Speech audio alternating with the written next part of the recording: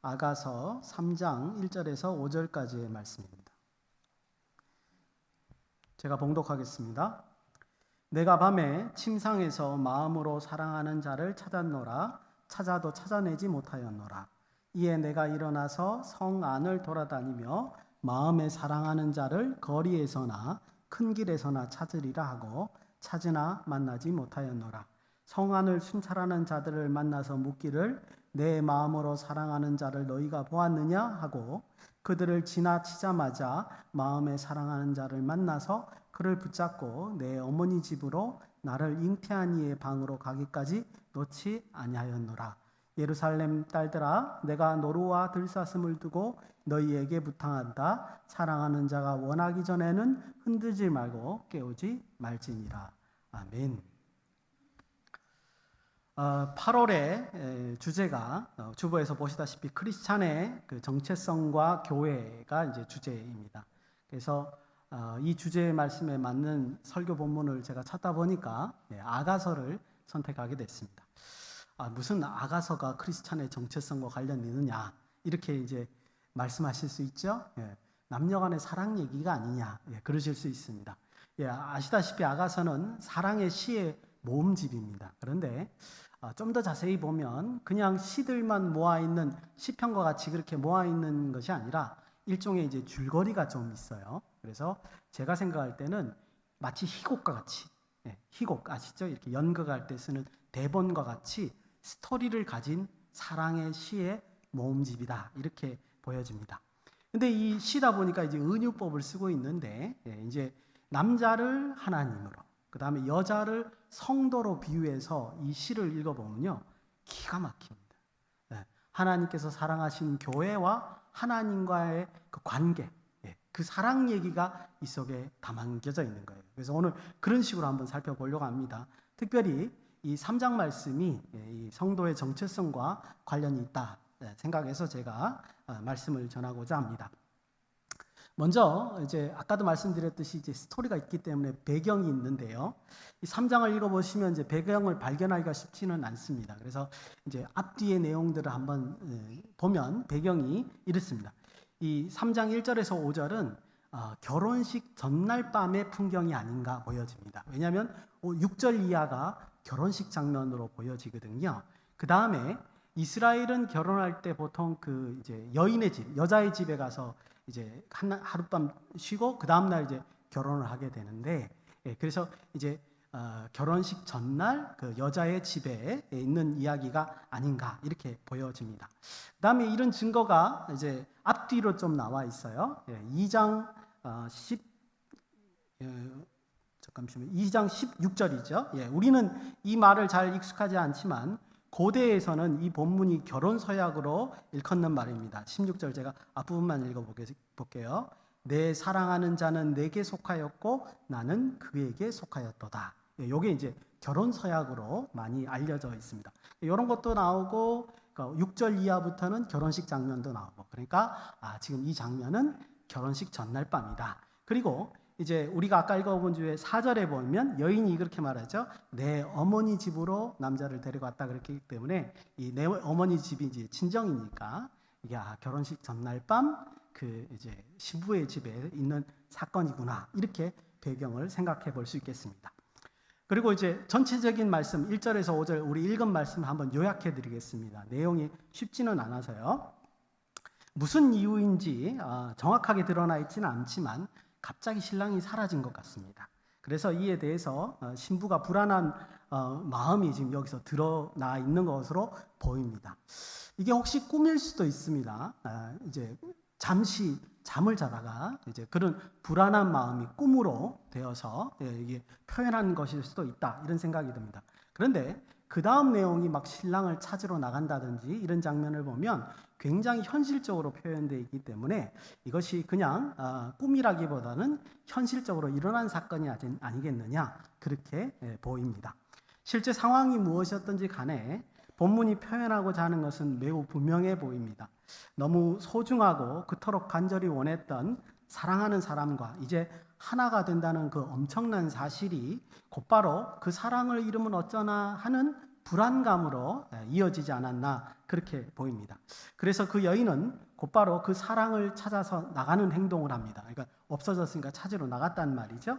그리고 다행히 찾아서 같이 집으로 돌아옵니다. 그래서 남자가 이제 다시 찾은 남자와 함께 결혼과 미래에 대한 기대와 설렘으로 그 불안한 마음이 바뀌고 신랑과 함께 안정감을 느끼면서 다시 기쁨이 되는 그런 본문으로 여겨집니다. 이것이 이제 전체적인 대강의 줄거리입니다.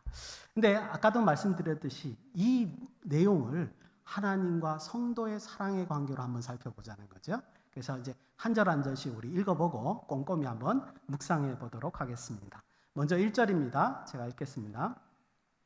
내가 밤에 침상에서 마음으로 사랑하는 자를 찾았노라. 찾아도 찾아내지 못하였노라. 이것이 꿈이 아니라 현실이라고 한번 가정해 보면 그 상황을 이렇게 한번 구성해 보면 좋을 듯합니다. 신랑이 결혼식을 위해 그 전날 밤 신부의 집에 도착했습니다. 결혼식을 앞두고 마음이 설레고 불안하니까 신부가 더더욱 그렇겠죠. 그 신부를 위해서 전날 밤에 이제 신부의 방에서 도란도란 말을 하면서 신부를 위로해 줬던 것 같습니다. 근데 신부가 그 위로를 받고 잠시 잠이 든 것 같아요. 그 사이에 신랑은 잠시 어디로 외출을 했습니다. 모르죠, 어디로 갔는지. 근데 그 틈에 또 신부가 깼어요. 그랬더니 신랑이 없는 거예요. 그래서 그 불안한 마음으로 이제 신랑을 찾아 나서는 장면이 아닌가 그렇게 보여집니다. 그래서 여기서 침상이라는 말은 그 육체 간의 어떤 사랑 얘기로 이해할 것이 아니라 신랑과 신부의 둘만의 은밀하고 친밀한 공간으로 이해하면 이 전체적인 분위기가 어떻게 되는지 우리가 알 수 있을 것 같습니다.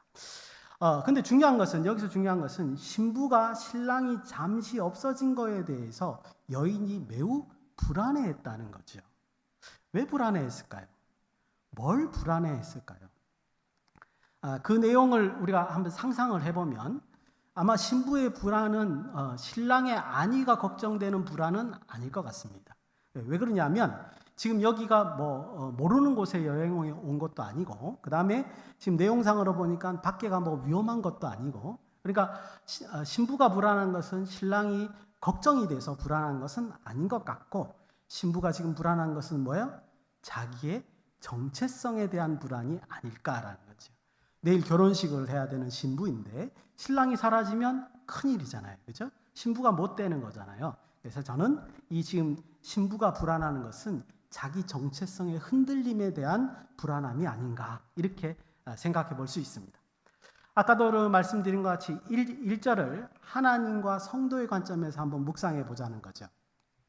결혼식을 앞둔 신부가 신랑이 없으면 그 자신의 정체성의 혼란을 가져오듯이 성도도 마찬가지라는 겁니다. 하나님과 함께하지 않으면 정체성 혼란을 겪는 자들이 바로 성도다. 이것을 이 본문은 암시하는 것 같습니다. 뿐만 아니라 한 가지 더 내포되고 있는 사실은 성도는 언제나 하나님과의 관계에서 그 정체성을 찾아야 한다는 겁니다. 하나님과의 지속적인 관계를 통해서 자신의 모습을 지속적으로 발견해야 되고 지속적으로 정의해 나가는 존재가 성도이다. 이것을 말씀하시는 것 같습니다. 적어도 신부가 신랑이 없어서 불안하듯 성도는 하나님 교제가 중단되었을 때 그 불안함을 느끼셔야 됩니다.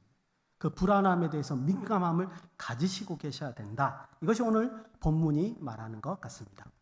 저는 이제 어떨 때 불안하지 않을 수 있는가? 아까 전에 불안하다는 것은 하나님이 없다고 느꼈는데 하나님이 있을 때 불안하지 않게 되지 않습니까? 어떨 때 불안하지 않을까? 제가 성경의 기사를 통해서 하나 예를 들면 오늘 본문을 조금 더 이해하기 쉽지 않을까 그렇게 생각합니다. 출애굽기 19장에 시내산에서 하나님과 백성이 언약을 하죠. 근데 이 언약을 하는 장면을 보통 성경학자들은 결혼이라고 표현을 합니다. 그러니까 오늘 본문 결혼식 전날이니까 그러면 결혼식 전날에 해당되는 사건이 뭐냐? 출애굽기 14장에 그 홍해를 건너는 사건을 그렇게 비유해서 같이 봅니다. 왜 그러냐면 여러분들 출애굽기 14장을 한번 나중에 다시 한번 읽어보시기 바랍니다. 보면 홍해를 건너기 전에 하나님께서 함께 하시는 것, 하나님의 역사를 이스라엘이 잠깐 잊어버려요. 인식하지 못해요. 그래서 뭐요? 홍해 앞에서 이스라엘이 모세를 불평하게 되는 것을 우리가 볼 수 있습니다. 앞에는 홍해물이 가로막혀 있죠. 뒤에는 애굽의 군사가 막 쫓아오고 있는 상황이에요. 그러니까 하나님의 함께 하신 잊은 이스라엘이 막 불안해서 모세를 원망하는 것을 우리가 볼 수 있다는 거죠. 그런데 본문을 조금만 더 자세히 보면 그러지 않는 것을 우리가 알 수 있습니다. 여러분들 애굽의 군사들이 쳐들어올 때 어떻게 하셨죠? 하나님이 불기둥으로 그 군사들을 막고 있었어요. 이미 하나님이 보호하고 계시다고요. 그 다음에 조금만 있으면, 조금만 참고만 있으면 어떻게 하나님이 홍해를 가르실 겁니다. 길을 만드실 거예요. 그래서 홍해를 건너게 하실 거라는 것을 알게 됩니다. 그래서 그 홍해라고 하는 그 장애물이 하나님의 기적의 역사를 보게 하는 도구가 되는 것을 우리가 나중에 알 수 있게 됩니다. 그래서 서로 다른 것 같지만 오늘 본문과의 공통점은 뭐냐면 하나님의 함께 하심이 그런 큰 위안과 기쁨을 준다는 거죠. 오늘 본문에서는 여인이 사랑하는 사람이 옆에 있으므로 안심을 했듯이 그 출애굽의 본문에서는 어떻게 해요? 하나님의 그 기적의 역사가 그들에게 그 불안했던 그런 마음을 위안과 기쁨으로 바꾸게 한다, 이런 말씀인 거죠. 우리의 정체성은 그래서 하나님과 함께 하신, 하나님과 함께 할 때 우리는 진정으로 불안하지 않을 수 있다는 겁니다. 이제 2절 말씀을 보시겠습니다. 제가 읽겠습니다. 이에 내가 일어나서 성 안을 돌아다니며 마음에 사랑하는 자를 거리에서나 큰 길에서나 찾으리라 하고 찾으나 만나지 못하였노라. 어떻게 보면 요 말의 표현은 그 여인의 마음속에 다짐, 독백 이렇게도 우리가 볼 수 있습니다. 찾으나 만나지 못하였노라라는 말을 이제 덧붙인 것을 보면 여인이 뭔가 찾은 행위를 했죠. 그러니까 독백인데도 불구하고 그 독백이 독백으로 머무는 것이 아니라 행동으로 옮겨졌단 말이죠. 막 여인을 지금 찾았던 것을 봅니다. 신부는 갑자기 사라진 신랑을 찾기 위해서 집을 나옵니다. 그리고 성 안을 돌아다닙니다. 이걸 보면 얼마나 정신없이 신랑을 찾아다니나 우리가 상상해 볼 수 있습니다. 중요한 것은 간절히 찾았지만 그를 쉽게 발견하지 못했다는 것입니다. 여러분들 근데 한번 생각해 보십시오. 여인이 밤중에 집 밖으로 나와서 성중을 사람을 찾으려고 돌아다닌다는 것은 굉장히 위험하죠. 그죠? 예. 그래서 이 장면에서 찾는 것까지는 좋지만 아주 위험한 행동을 하고 있다는 것을 우리가 발견할 수 있습니다. 우리가 아가서를 전체를 다 읽어보지 않았지만 아가서 2장 15절에 보면 여우가 나와요. 여우가 집 밖의 세상에 위험한 존재로 나옵니다. 제가 2장 15절 한번 읽어드리면 우리를 위하여 여우 곧 포도원을 허는 작은 여우를 잡으라. 우리의 포도원에 꽃이 피었습니다. 이렇게 표현되어 있거든요. 여기서 왜 여우를 잡으라 라고 했냐면 그 포도원을 여우가 허물기 때문에 그렇습니다. 역시 이것도 시적인 표현이니까 비유로 되어 있죠. 거기서 포도원이 상징하는 바는 뭐냐면 여인이에요. 그러면 그 포도원에 핀 꽃 뭐죠? 예, 그 사랑의 꽃이겠죠, 그죠? 예, 사랑의 마음이겠죠. 그걸 여기서 표현하고 있습니다. 근데 그 여우들이 꽃 피고 열매 맺지 못하도록 그 포도원을 망치게 한다라고 지금 시적으로 표현되어 있는 겁니다. 그것을 이제 달리 살펴보면 그만큼 그 포도원이 예뻤다라는 찬사라는 의미도 되는 거예요. 그러니까 그 포도원이, 그 여인이 너무나 사랑스럽기 때문에 탐닉의 대상이 될 수 있다라는 거죠. 공격의 대상이 될 수 있다는 겁니다. 다시 이 말을 3장 2절로 돌아오면 여인이 혈혈단신으로 신랑을 찾아 집 밖에 돌아다닌 것은 굉장히 위험한 행동인 거죠. 굉장히 위험에 자기 자신을 노출시키는 것이다, 이렇게 볼 수 있습니다. 그래서 이 여인은 지금 2절의 표현에 의하면 신랑을 찾기 위해서 물부를 가지지 않는 것을 볼 수 있습니다. 의욕은 굉장히 좋습니다. 하지만 지혜가 없어서 자기 자신을 위험에 노출시키게 되는 것을 우리가 볼 수 있습니다. 이 말씀을 똑같이 하나님과 성도의 교제의 관점에서 한번 살펴보면 하나님과의 교제를 이루려는 성도들은 마귀의 공격에 노출될 가능성이 매우 높다는 것을 잘 말해줍니다. 왜냐하면 믿음이라는 아름다운 꽃이 성도의 마음에 피기 시작했기 때문입니다. 1차적으로 마귀가 유린하고 너무나 탐스러운 존재라는 겁니다. 성도의 마음속에 핀 그 꽃, 믿음의 꽃이 그런 존재라는 겁니다. 여러분들 그걸 인식하고 있어야 됩니다. 그래서 마귀는 우는 사자와 같이 한 영혼도 공격하기 위해 집 밖에 두루 살피고 다니고 있습니다. 그러니까 집 밖에 나가는 것은 굉장히 위험하죠. 이때 집은 뭐를 묘사할까요? 하나님의 보호의 울타리를 묘사한다고 보시면 좋을 것 같습니다. 그 대신 여러분들이 오해하지 말아야 될 것은 마귀가 직접 성도를 공격하는 일은 없습니다. 하나님은 그렇게 놔두지는 않아요. 그러면 마귀의 공격은 뭐로 볼 수 있느냐? 마귀가 우리를 유혹하는 거예요. 그 믿음의 꽃이 폈는데 마귀가 그걸 유혹해서 죄에 빠지게 하는 거라고 여러분들은 이해하시면 좋겠습니다. 성도는 믿지 못하고 불안한 마음의 유혹에 빠져서 혹은 하나님을 기다리지 못하는 조급함 때문에 자신을 큰 위험에 스스로 노출시키게 될 수 있다는 점을 우리는 잘 기억해야 됩니다. 그래서 2절 말씀은 신랑을 찾고자 하는 신부의 간절함, 이건 참 좋은 것 같아요. 간절함은 잘 이해가 되지만 또한 자신을 위험에 빠뜨리게 되는 무분별한 여인의 섣부른 행동으로 우리가 판단할 수 있습니다. 그러니까 신앙은 무분별하게 열심만 가진다고 해서 좋은 것은 아니다. 이렇게 우리가 이해할 수 있습니다. 여러분들 많은 그 경우에 또 혹은 그게 중요하면 중요할수록 섣부른 행동을 하기보다는 하나님의 신호를 기다리는 것이 더 좋은 어떤 지혜로운 방법이 아닌가 이렇게 생각이 됩니다. 왜냐하면 우리는 미래를 정확하게 예측할 수 없기 때문에 그렇습니다. 특별히 우리가 하나님의 일을 한다고 했을 때는 이런 인내와 겸손한 마음으로 시작하는 것은 매우 중요한 것이 아닌가 이렇게 이 2절의 말씀을 통해서 묵상해 볼 수 있습니다. 3절 말씀을 계속해서 보시겠습니다. 성안을 순찰하는 자들을 만나서 묻기를 내 마음으로 사랑하는 자를 너희가 보았느냐 하고 이렇게 되어 있습니다. 찾다가 누구를 만나는 거예요? 성안에 순찰하는 자들을 만나는 겁니다. 원문 지금 우리 한글 성경에는 여인이 그 성안을 순찰하는 자들을 만난 것처럼 되어 있지만 히브리어 원문에는 이 사람들, 성안을 순찰하는 사람들이 여인을 발견했다 이렇게 표현이 되어 있습니다. 그러니까 주객이 바뀌었죠. 그러니까 이게 무슨 뜻이죠? 여인이요. 그 예비 신랑을 찾기 위해서 막 간절하게 찾으면서 누구든지 그 여인이 뭐 하는가를 볼 수 있도록 지금 찾고 다니는 겁니다.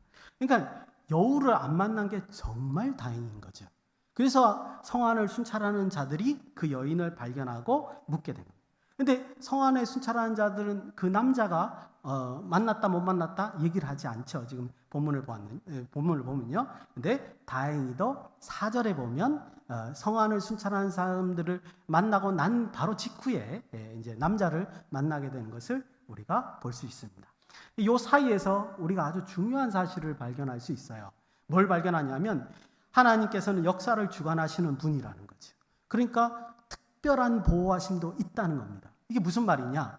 제가 생각할 때는 이 여인이 지금 성안을 돌아다니면서 찾고 있었는데 바로 성안을 순찰하는 사람 만난 뒤에 남자를 만나잖아요.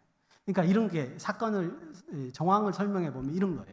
여인이 집에서 잠든 걸로 보고 잠깐 외출했다가 들어가니까 여인이 사라진 거예요. 그러니까 남자가 뭐야? 이 여인을 찾기 위해서 곧바로 나온 것이 아니냐는 거지. 그래서 사실은 여자가 남자를 찾은 게 아니라 남자가 찾으러 와서 그 여인을 데리고 다시로 집으로 돌아가는 장면이 4절이 아닐까 이렇게 생각하는 겁니다. 하나님과의 성도의 그 관계로 표현하자면 성도의 어리석은 판단에도 불구하고 하나님께서는 잘못된 길에서 돌이키게 하시고 특별히 보호해 주시는 것을 우리가 단적으로 볼 수 있다. 이렇게 묵상해 볼 수 있겠습니다. 4절 말씀입니다. 우리 한번 4절은 같이 한번 읽어보겠습니다. 시작. 그들을 지나치자마자 마음에 사랑하는 자를 만나서 그를 붙잡고 내 어머니 집으로 나를 잉태한 이의 방으로 가기까지 놓지 아니하였노라. 아멘. 아까 3절에 말씀드린 것 같이 그 파수꾼들, 그 성안을 두루 순찰하는 자들이 대답하지 않는 것으로 보면 이 여인이 신랑을 거기서 찾는다는 것은 거의 만날 확률이 거의 없지 않느냐 이런 생각을 들게끔 합니다. 그러나 4절까지 보면 그 여인은 신랑을 포기하지 않았어요. 신랑을 포기하지 않는 그 여인의 의지가 분명히 지금 발견되는 것을 우리가 볼 수 있습니다. 결국 그래서 신랑을 찾게 되죠. 우리가 물론 상상을 해보니까 신랑이 여인을 찾은 거지만요. 여인의 입장에서 보면 비록 무분별한 행동을 하였다 하더라도 신랑에 대한 그 갈망과 사랑은 그를 찾는 원동력이 되었다는 것을 분명해 보입니다. 다시 말해서 무분별한 행동은 잘못된 거지만 그 갈망과 사랑은 잘못된 것이 아니다 말할 수 있다, 이런 말씀이죠. 좀 더 아쉬운 점은 뭐냐 하면 좀만 더 지혜로웠으면, 그랬으면 좋았을 걸 하는 생각을 하게 됩니다. 여인의 무모함이 보여주는 위험성은 성도 입장에서 분명히 간과해서는 안 됩니다. 여인이 무모할 수밖에 없었던 것은 가만히 생각해 보면요, 신랑의 계획을 알지 못했기 때문이죠. 그래서 그 신랑의 계획을 분명히 알게 된다면 이런 섣부른 행동을 하지 않습니다. 몰랐더라 하더라도 적어도 합리적으로 생각하고 감정적인 대응을 자제했어야지 옳은 겁니다. 여러분들 성도들도 마찬가지입니다. 무조건적인 맹신은 성도 자신을 위험에 처할 수 있게 만듭니다. 그래서 우리의 믿음은 우리가 믿는 그런 절대적인 믿음은 무조건적인 믿음이 아닙니다. 비이성적인 믿음이 아닙니다. 하나님을 아는 지식이 있는 바탕 위에 믿음이 서야 됩니다. 그리고 그 이성적인 지식 위에 마음의 확신이 있어야 됩니다. 그 마음의 확신을 가지고 우리의 삶 속에서 적용해야 되고요. 그 적용이 지금 되는구나. 삶 속에서 그 적용이 경험으로 드러나야 됩니다. 그 경험이 드러났을 때 또 우리는 더욱더 큰 믿음을 가질 수 있게 되는 거죠. 그래서 그리스도의 장성한 분량까지 그 믿음이 성장하게 되는 것을 우리가 볼 수 있습니다. 여러분들, 이것이 참 진리입니다. 어디에서나 언제나 적용될 수 있는 진리가 바로 이런 믿음에서 나오는 겁니다. 당연히 우리의 삶 속에서도 그게 드러나는 게 진리다, 이렇게 말씀드릴 수 있습니다.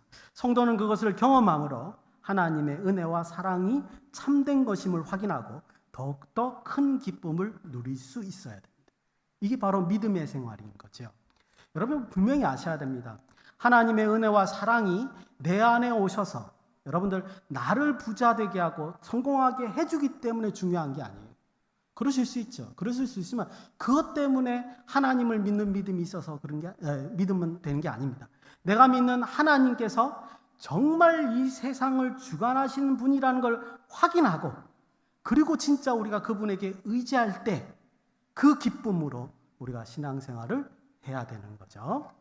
이제 마지막 5절 말씀입니다. 5절 말씀은 제가 짧게 설명을 드리겠습니다. 5절 읽겠습니다. 예루살렘 딸들아, 내가 노루와 들사슴을 두고 너희에게 부탁한다. 사랑하는 자가 원하기 전에는 흔들지 말고 깨우치지 말지니라.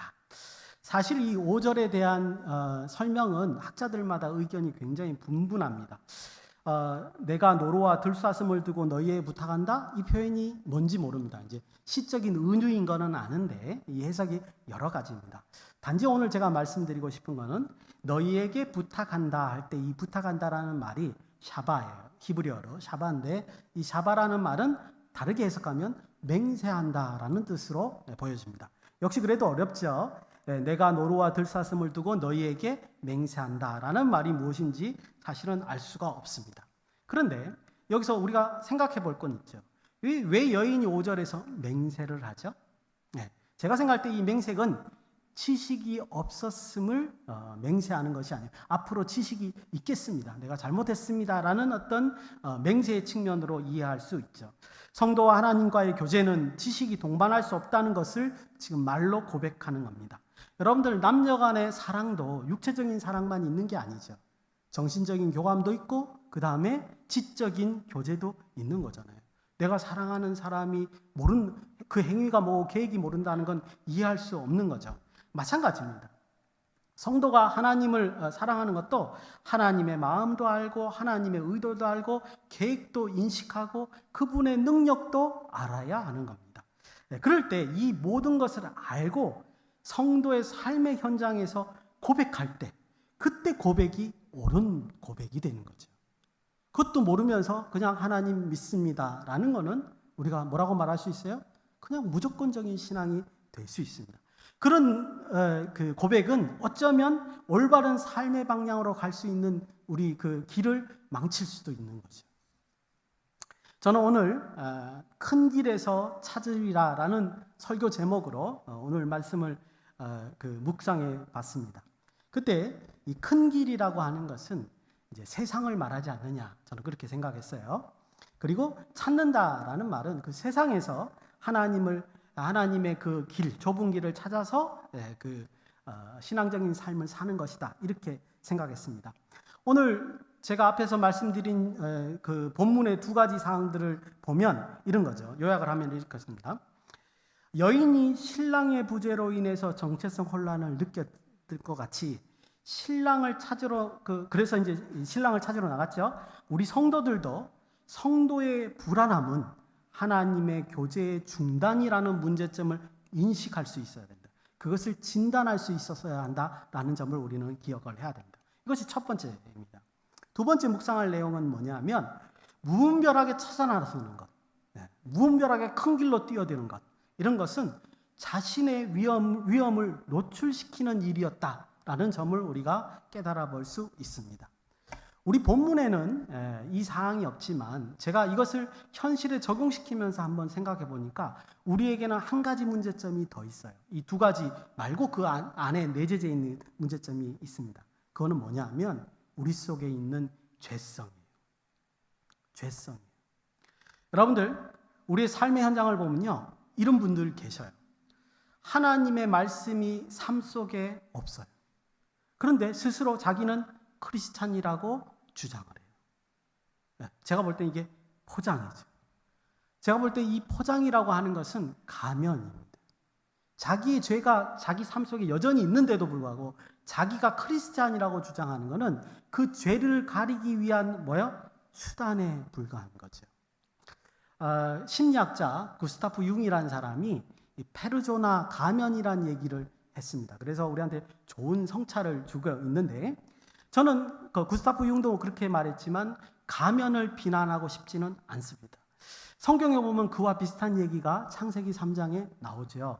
아담과 하와가 선악을 알게 하는 나무의 실과를 따먹고 난 다음에 하나님이 아담아 어디 있느냐, 그러니까 어떻게 했죠? 아담이 숨었잖아요.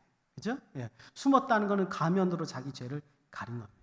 그 이후로부터 모든 인류는 죄가 있는데 그 죄가 부끄러워서 가리고 있지 않느냐, 이런 생각을 합니다. 그래서 가면으로 그 죄를 가리는 것까지는 괜찮다. 그건 어쩌면 우리의 본성일 수밖에 없다라는 생각이 듭니다. 근데 문제는 뭐냐면 구스타프 융도 우리에게 좋은 묵상점을 하나 주는데 뭐냐면, 가면으로 가르는 건 좋은데 그 뒷면에 있는 죄를 눌러야 한다. 어두운 마음, 불안한 마음을 눌러야 한다는 겁니다. 오늘 본문에는 나와 있지 않고 우리가 실생활에서 한 가지 더 덧붙여야 될 것은 바로 뭐냐면 이 죄라는 거죠. 이 죄 때문에 하나님을 아는 지식이 둔감한 거예요.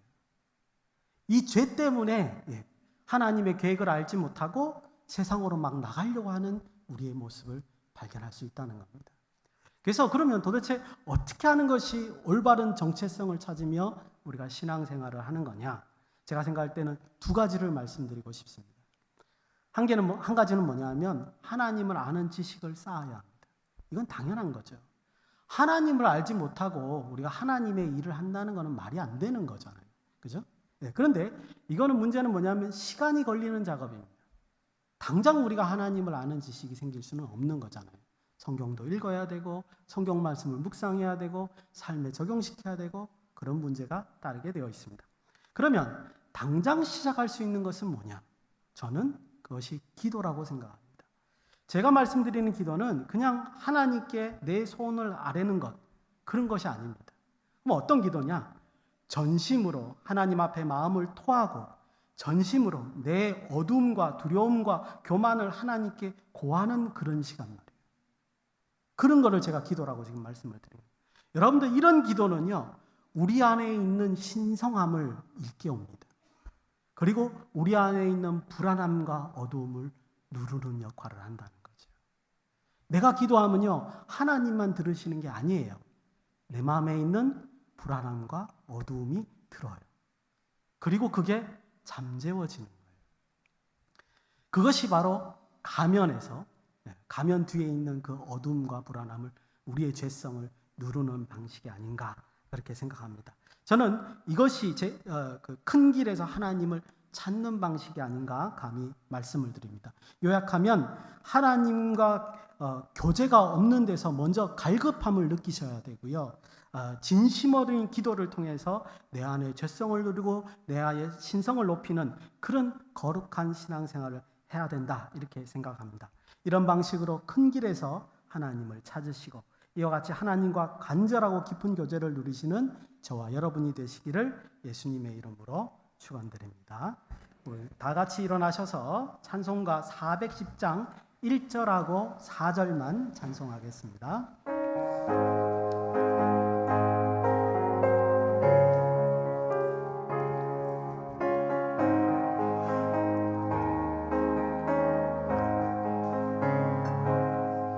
내 맘에 한 노래 있어 나 즐겁게 늘 부르네 이 노래를 부를 때에 그 평화 임하도다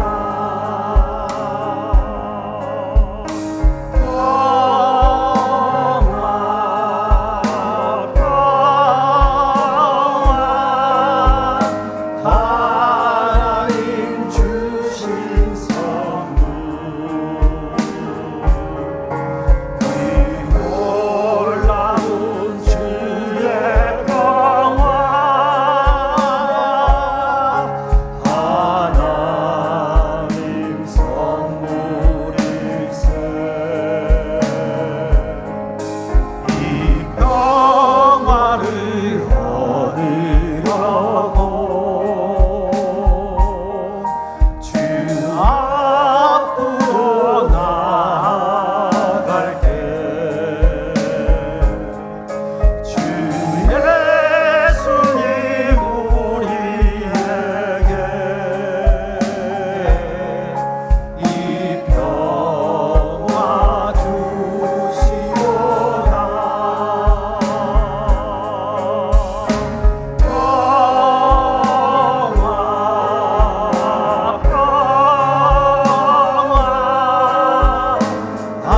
하나님 주신 선물